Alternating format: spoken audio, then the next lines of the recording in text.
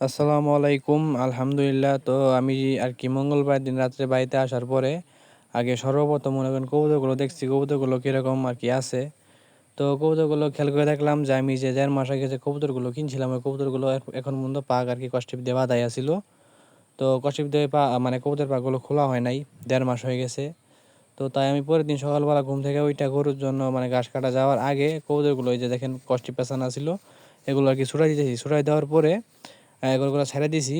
তো চিন্তা করছিলাম এরা তো বাইরের দিকে বেশি একটা যায় না, মানে বাইরে বার হয় না বলে চলে।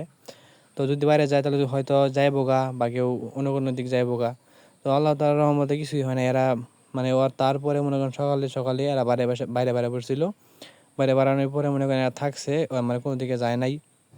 তো আমাদের এই সিরাজি কবুতরটা মনে করেন পাখে একটু সমস্যা ছিল, পাখ ভেঙে গেছিলো বলতে মনে করেন পাখের যে ফোরগুলো আছে ফোরগুলো ভেঙে গেছিলো। তো ওই ফোরগুলো আমি তুলে দিয়েছিলাম। তারপরে মনে করেন যেগুলো আলহামদুলিল্লাহ বর্তমানে কবুতরগুলো ভালো আছে।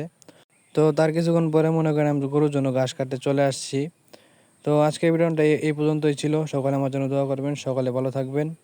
আমি যাতে একজন উদ্যোক্তা হতে পারি এই দোয়া করবেন। সবাই ভালো থাকবেন। আসসালামু আলাইকুম।